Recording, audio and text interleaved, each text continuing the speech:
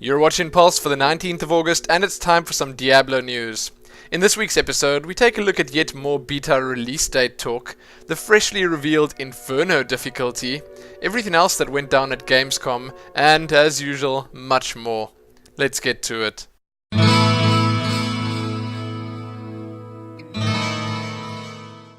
I'm going to start today's episode off with the bad news. It will only get better from here. So, Blizzard have told us that the Diablo 3 beta will probably not be launching in August. Now that is pretty sad, but they did say we should expect it soon after that. The original quote to Kotaku, no less, was that they want to have the beta out by the end of September. So I guess it comes down to what your expectations were. A lot of people are pretty sad about this, sure. I think anyone out there would prefer to be playing Diablo 3 sooner rather than later. But hey, the guys at Blizzard usually know best, and they'll release it when it's good and ready. So now, as you all probably know, Gamescom is in fact going on right now, and Blizzard are there with Diablo 3. But first, before jumping into the juicy news that we received from the event, remember last week there was that little note at the bottom of the Gamescom activities page? That note that said something about a gate to Diablo's Burning Hells opening in Cologne. Well, I guess the gate to the Burning Hells did in fact open, but it wasn't what we expected. As part of Blizzard Entertainment's presence at Gamescom 2011, artist Manfred Stader created a pretty epic piece of street art depicting Diablo himself, seemingly trying to desperately escape from the Burning Hells. As you can see for yourself, it was incredibly well done, but it wasn't just put there for nothing.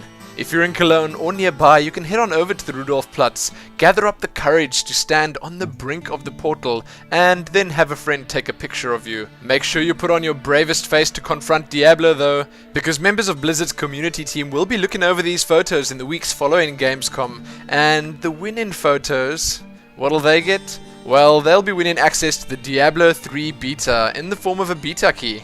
Now that sounds like a prize I'd most definitely like to win. So if you are in fact in Germany and attending Gamescom, then I'd most definitely say you'd want to make a stop there, take a photo, and stand a chance to win that beta key. I'm pretty sure it'll be worth it. You can see the full details of the competition below. As an extra to this, Gamescom isn't over yet, but Diablo 3 has already won Gamescom's Game of the Show award. That's pretty impressive, but after seeing the length of the queues heading into the Diablo 3 booth, I suppose it just makes sense. By far the biggest news of this past week, and I'd say the biggest Diablo 3 news coming out of Gamescom, has got to be Inferno Difficulty. What's Inferno Difficulty? Well, it's the 4th difficulty level. It comes after Hell, and only players that are level 60 can access it. So, in Inferno Difficulty, the mobs will all be a minimum level of 61. Now that already sounds pretty tough. If you compare it to Diablo 2, where players could get to level 99, and the highest level mobs were level 85. That's a pretty big difference already, but it gets better, or worse, I suppose. Monsters in Inferno Difficulty will have more health, damage resistances, aggression, and they'll have access to a much larger set of powers, so they'll be using different skills from those that you faced off against in normal, nightmare, and hell difficulties. So Jay Wilson explained that the whole idea behind this was that they wanted a difficulty mode where the entire game was viable. You could go absolutely anywhere and grind away to get those good items, and I'll talk about the good items in just a second, but that just means it's a lot different from Diablo 2. So those out there looking for those rare items won't be forced to do Baal or Mephisto runs forever and ever. They'll have a lot more freedom, if they can handle Inferno Difficulty, that is. There is obviously some incentive to do Inferno Difficulty. Apparently some armor, weapons, and items, including stuff like runestones, will be exclusive to Inferno Difficulty. So these higher level sets of weapons and armor will apparently be visually distinct from the other versions that are available to players in the lower levels, normal, nightmare, and hell. But all that said, what do you guys and girls think? Do you think Inferno Difficulties can be a lot of fun? Do you like Blizzard's idea for endgame? Because this is obviously a different approach to something like World of Warcraft, where Blizzard just keeps throwing extra raids or 5-man dungeons at the player, and that counts as their endgame content. Sure, it does get more, but it doesn't have that much replayability. You're probably not going to be exploring the world as much as you would be, or at least as much as Blizzard wants you to in Diablo 3. You're not going to be going back to do those older dungeons, raids, or areas as much. So, I don't know, I kind of like the idea, but I think we're going to actually have to see it in action before we can pass judgment on it. Anyway, you can read a lot more about this new 4th difficulty level below, and let me know what you think. So as a few Gamescom Diablo 3 extras, and there are quite a few of these, so brace yourself, you can check out the entire Diablo 3 Inferno presentation video below, and you can see just how crazy the gear actually gets in Inferno Difficulty. Some people have been complaining that these sets are once again way too bright.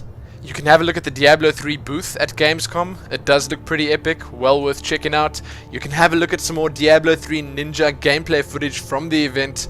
And while it's not really new, it's always interesting to see a real person playing Diablo 3. And as you've probably noticed, there are new screenshots from the event, and you can have a look at all of them in high quality below. There are a few Jay Wilson interviews to check out, and lastly, something a lot of people will be happy about. Apparently Diablo 3 console development is still in the works. They're still hiring and they're still looking at doing it. So I do recommend all of you check the description below this video and have a look at the links. There's a lot of good stuff there.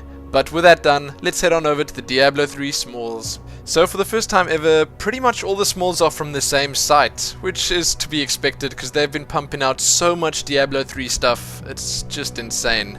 But here we go. Over at Diablo Inc. Gamers, the Diablo 3 skill system has been explained, with illustrations. You can read about Diablo 3's heroes. Are they going to be on the side of heaven or hell? You can check out the Diablo podcast number 30, 31 and 32. My personal favorite obviously being 30, where they have an interview with Chris Wilson from Grinding Gear Games.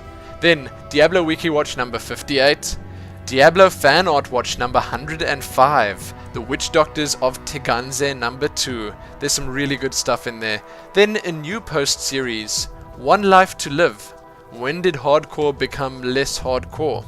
There's a poll up about real money trading in video games. Then there are two cartoons, the first one about the real money auction house and the second about Diablo 3's online only DRM. You can check out a Chris Metzen interview over at G4TV, and last up, right here on YouTube, you can watch a bit of a rage video. Diablo 3 auction house for real money? Always on DRM? Francis is upset. Sadly, that's all I have for you in the Diablo 3 news this week. Check back here soon for more, and be sure to let me know what you think about all the stuff that was revealed at Gamescom. Remember, StarCraft news tomorrow. There's a lot of good stuff to talk about, so you won't want to miss it. But most importantly, happy Inferno difficulty.